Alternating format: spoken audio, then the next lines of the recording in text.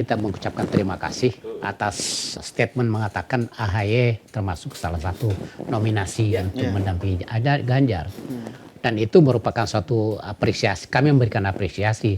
Komunikasi ini bagus. Kalau terjadi komunikasi ini merupakan ice breaking. Jadi yang tadinya kelihatannya masif sekali, solid, tidak akan mungkin ada komunikasi antara keduanya, tapi ternyata akan terjadi. Ya, kedua partai sudah ada komunikasi yang bagus. Karena komunikasi ini kita yakini bahwa itu akan membicarakan tentang bagi Demokrat ya. Kalau ini dua pemimpin muda ini bertemu dan ini kan dapat diprediksikan yang satu adalah putra Pak SBY, yang satu putri Bu Mega. Artinya bagaimanapun dua pemimpin ini kan menjadi representasi anak muda yang akan memimpin menjadi salah satu pemimpin masa depan. Nah, kalau mereka bertemu tentu bagus buat bangsa dan rakyat. Sampai saat ini Partai Demokrat sangat masih setia di koalisi perubahan dan tetap sesuai dengan komitmen kami masih mengusung Anies sebagai calon presiden. Ya, segala kemungkinan itu bisa saja terjadi, segala kemungkinan. Tetapi lagi-lagi tergantung dari hasil komunikasi kedua pemimpin ini, kedua pemimpin muda ini.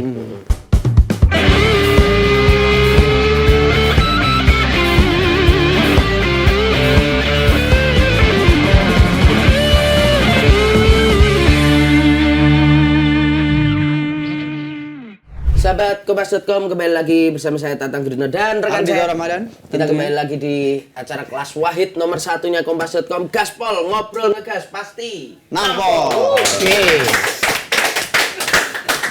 Bersama kita pada siang hari ini ya, spesial ini sudah hadir. Ini Wakil Ketua MPR.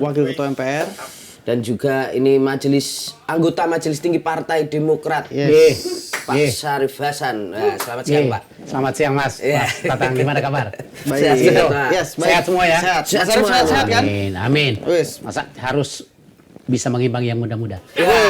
Mantap. Justru kita yang kayaknya harus mengikuti pasar Iya, gitu. gitu. Mantap. Ya, saling ikut begitu. Saling mengikuti. Ini Pak Syarif ini menjadi untuk hari ini saya nobatkan ya, ini narsum paling parlente di Gaspol ini ya. Sepanjang sejarah ya. Sepanjang sejarah. Outfitnya wah luar biasa ini, taste-nya nggak kalah ini. Matur suhun, Mas. Mantap ini, Pak. Pak Syarif, kita akan membahas soal dinamika politik akhir-akhir ini yang selalu menjadi perbincangan publik adalah semenjak tiba-tiba Mbak Puan Maharani mengatakan, ini sebagai Ketua DPP PDIP, Mbak Puan ini mengatakan Mas AHY ini Ketua Umumnya Partai Demokrat tiba-tiba masuk sebagai salah satu kandidat bakal calon wakil presiden yang dipertimbangkan untuk bisa mendampingi seorang Ganjar Pranowo. Awalnya muncul banyak keraguan, dianggap PDIP sekedar basa-basi aja gitu ya, bercanda, tapi ternyata PDIP menyanggah itu dan melakukan satu pendekatan yang cukup lebih dekat lagi ya, lebih progresif lagi ya. Gitu. Ketika sekjennya saling bertemu ya, saling bertemu makan ayam goreng bersama katanya di Blok M itu anak-anak muda itu. Ayam Jogja kali ya. Ayam Jogja kayaknya.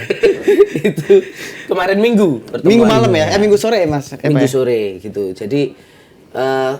Jadi trending di mana-mana karena ini kan kita tahu bahwa Demokrat dan PDIP ini kan selalu nampak punya kayak batasan lah, ya, punya tembok pembatas itu dan lain sebagainya. Nah, apa sebenarnya yang terjadi di balik itu, Pak Syarif? Artinya, apakah pernyataan Mbak Puan di awal itu sebelumnya nggak ada komunikasi atau justru yang kita tidak tahu?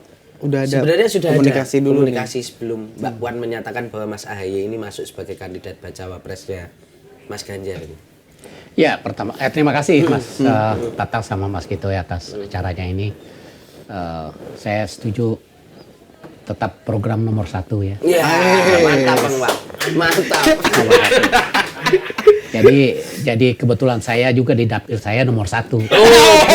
Ternyata intro doang. Cocok kan? Masuk barangnya ya. Makanya begitu Mas Tatang undang saya ke sini, ya saya harus nomor 1 juga. Memang topik tentang Puan dan AHY sekarang ini menjadi hal yang sangat menarik sekali dan nomor satu juga kayaknya ya. Tetapi jelas pertama ingin saya tegaskan bahwa kami tidak ada komunikasi sebelumnya, ya kan. Yang kedua tentunya kita mengucapkan terima kasih ya atas statement mengatakan AHY termasuk salah satu nominasi untuk mendampingi Ganjar. Dan itu merupakan suatu apresiasi. Kami memberikan apresiasi karena ini kan merupakan pengakuan ketokohan seorang AHY ya yang sekarang ini merepresentasikan anak muda ya yang memimpin partai dan ternyata partai Demokrat itu semakin baik. Nah, apresiasi ini kami sikapi ya bahwa ya kita ucapkan terima kasih, ya kan? Kita ucapkan terima kasih dan kami berpikiran positif bahwa ini betul-betul niat baik, ya kan? Nah, itulah awalnya sehingga terjadi komunikasi. Nah, yang kedua, komunikasi ini bagus, ya kan? Kalau terjadi komunikasi ini merupakan ice breaking, ya. Jadi yang tadinya kelihatannya masif sekali, solid, tidak akan mungkin ada komunikasi antara keduanya, tapi ternyata akan terjadi. Ya, kedua partai sudah ada komunikasi yang bagus. Ini kan bagus untuk bangsa, ya kan? Karena kami terus terang saja komunikasi terakhir dengan PDIP itu pada periode 2009 sampai ke 2014. Masih zaman Pak cukup SBY lama presiden kan. Ya, pada saat SBY. Pada saat itu SBY, Partai Demokrat itu mendukung Pak Taufik Kemas sebagai Ketua MPR. Ya. Dan saya pada saat itu sebagai Sekretaris Setgab, ya kan? Sekretaris Setgab gabungan koalisi. Itu rasa-rasanya pada saat itu PDIP itu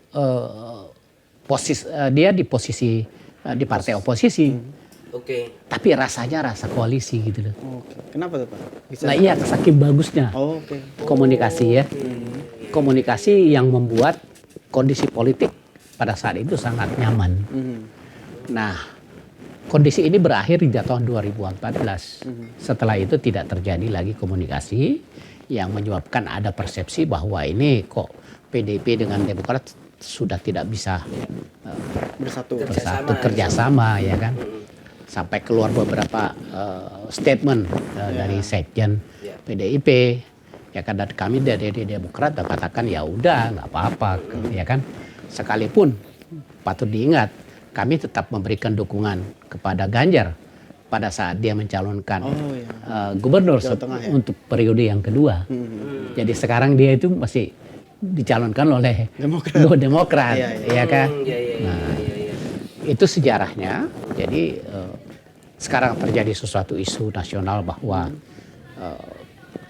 AHY itu menjadi salah satu nominasi untuk mendampingi Ganjar, ya, dan terjadilah komunikasi. Saya pikir komunikasi ini patut untuk kita berikan apresiasi, karena komunikasi ini kita yakini bahwa itu akan membicarakan tentang bagi Demokrat ya.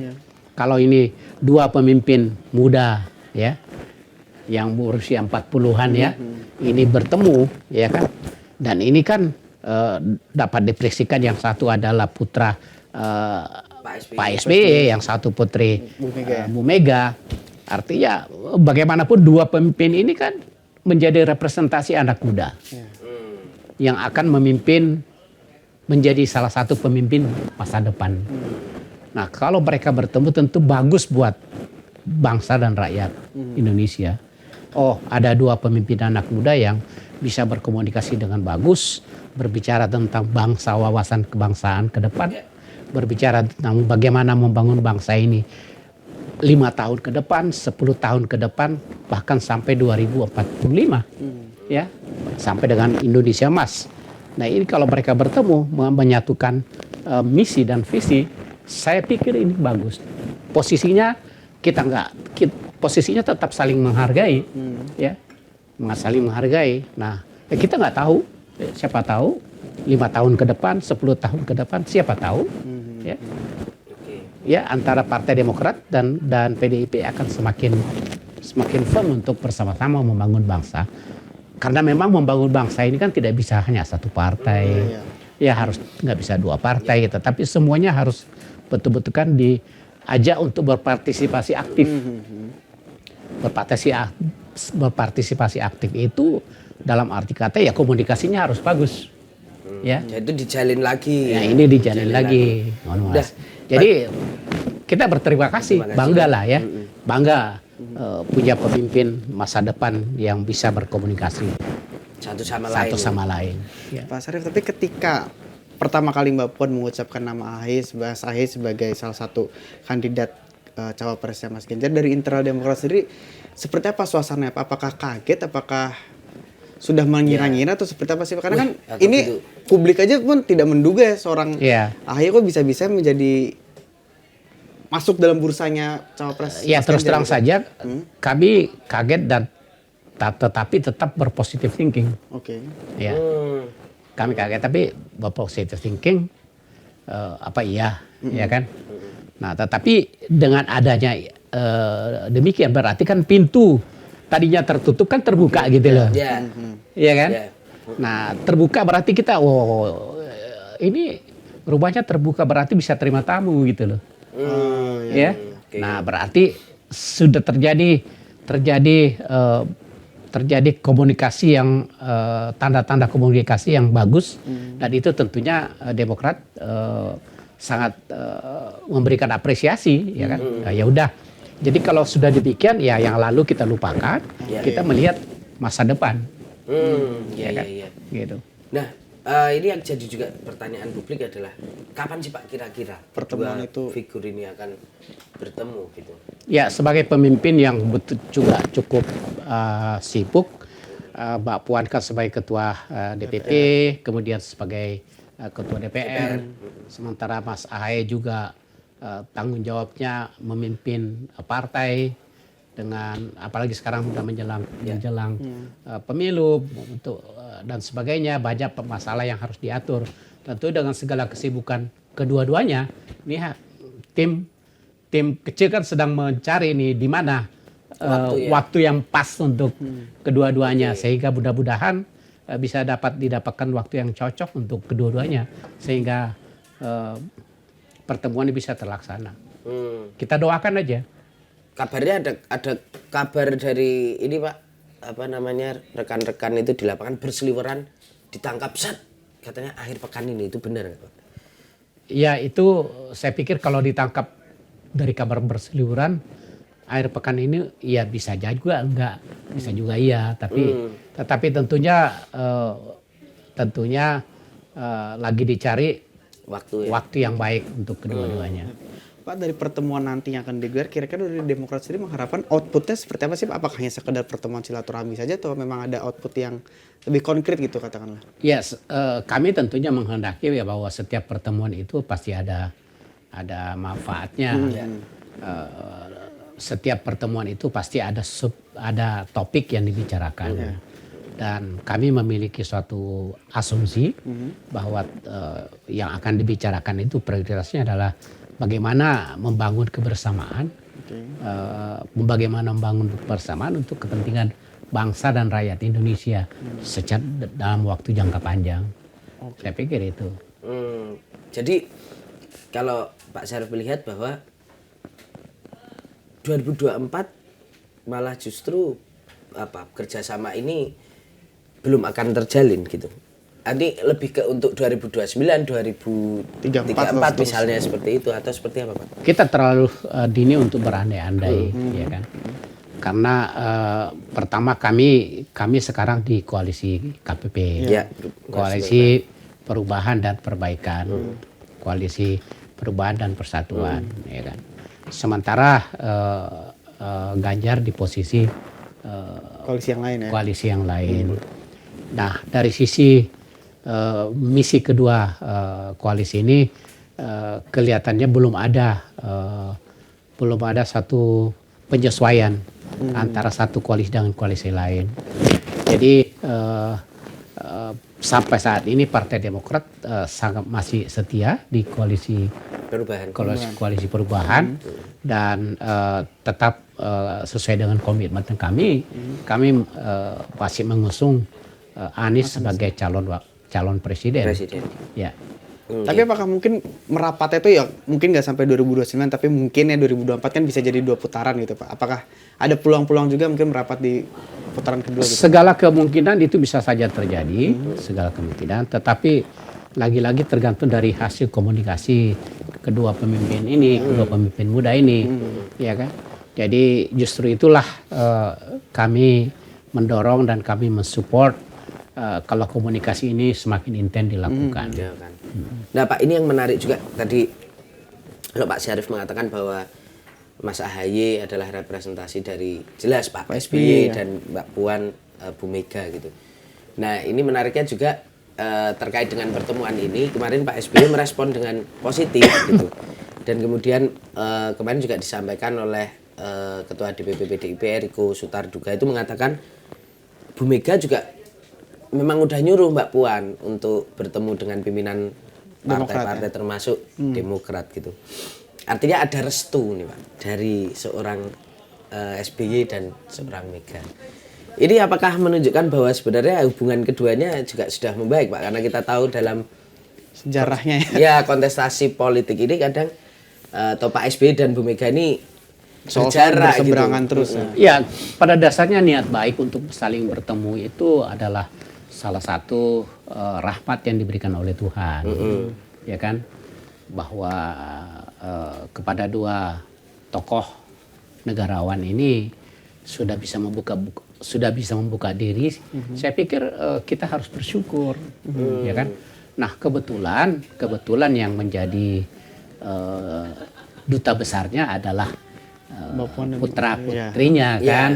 Nah tentu itu akan semakin lebih mendukung terciptanya komunikasi yang bagus di antara kedua tokoh itu. Kita berdoa saja terus. Ini adalah satu rahmat juga buat Indonesia ya. Kita kan ingin melihat tokoh dan negarawan kita Pak SBY, Bu Mega satu saat bisa berkomunikasi dengan bagus. Ya. Nah Pak, ini kan sahabat Kompas.com ini masih banyak yang muda-muda Pak. Nom ini Pak. Iya. Ini kan pada bingung nanti kalau bicara itu emang ada apa sih SBY dan Mega nih kan? Sebenarnya ada apa tuh Pak? Maksudnya keduanya ini sebenarnya kalau bisa diceritakan sedikit. Mungkin kita juga taunya kan itu permukaannya saja gitu Pak. Mulai berjaraknya itu kena apa dan lain sebagainya. Kalau dari sisi Pak SBY nggak tahu, nggak ada apa-apa, nggak ada apa-apa, ya. Tapi kalau dari si Bu Mega juga saya tidak tahu. Jadi mungkin lebih bagus Pak Tatang tanyalah jawab langsung kepada yang bersangkutan, ya kan? Tapi lagi-lagi kita berasumsi bahwa ini karena hanya tidak ada komunikasi yang bagus. Ya, komunikasi itu kan akan membuat sesuatu yang belum terang jadi terang. Ya, sesuatu yang belum lancar bisa jadi lancar. Ya, komunikasi itu kan bisa menciptakan yang tadinya agak keruh bisa jadi bening. Jadi saya pikir apa yang digagas oleh Mbak Puan, ya tentunya sudah sepengetahuan Ibu Mega, kemudian Mas AHY juga sudah direstui oleh Pak SBY. Komunikasi ini kita bersyukur karena ini bisa tercipta. Ya. Kita ikut berbangga lah. Atas itu ya. Pak, tapi ini terkait semakin mesranya lah ya. PDIP dan Demokratnya ada kabar-kabar berseliweran lagi bahwa infonya ini merupakan seperti apa ya, negosiasi gitu ya, supaya Mas AHY ini nanti masuk menjadi kabinet di periode mendatang jika Mas Ganjar yang menjadi pemenangnya gitu.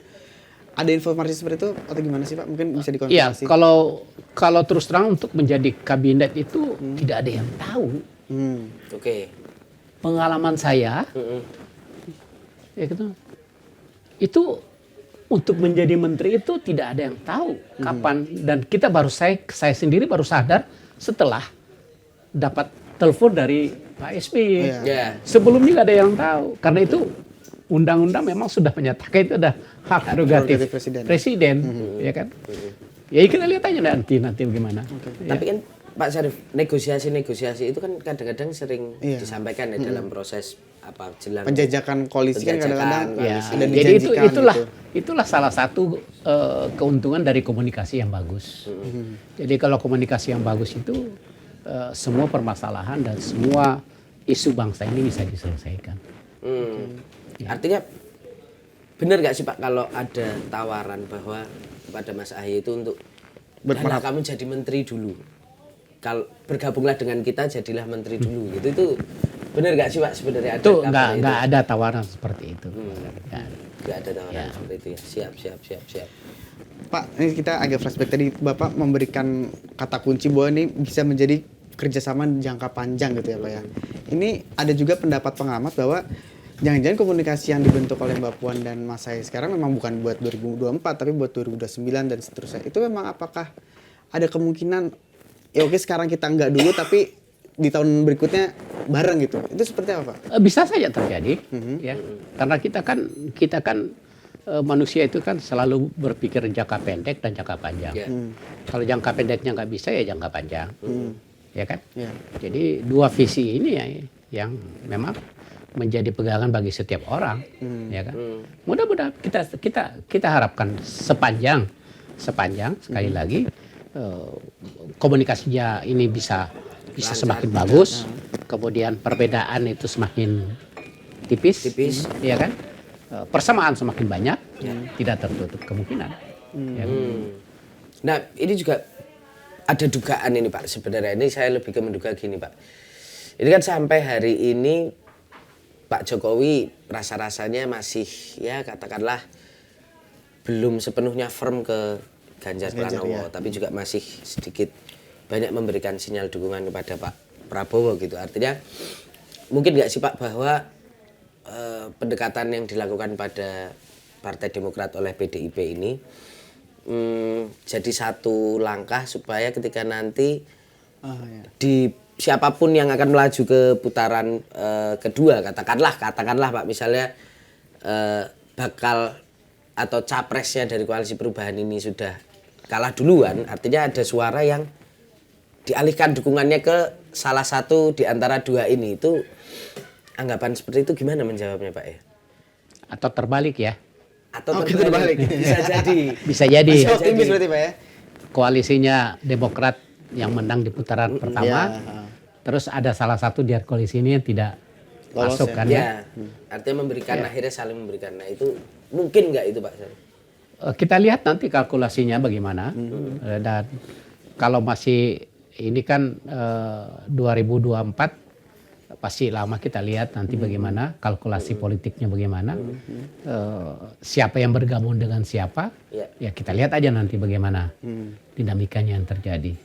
Gitu. Banyak alternatif yang bisa terjadi, bisa saja Demokrat yang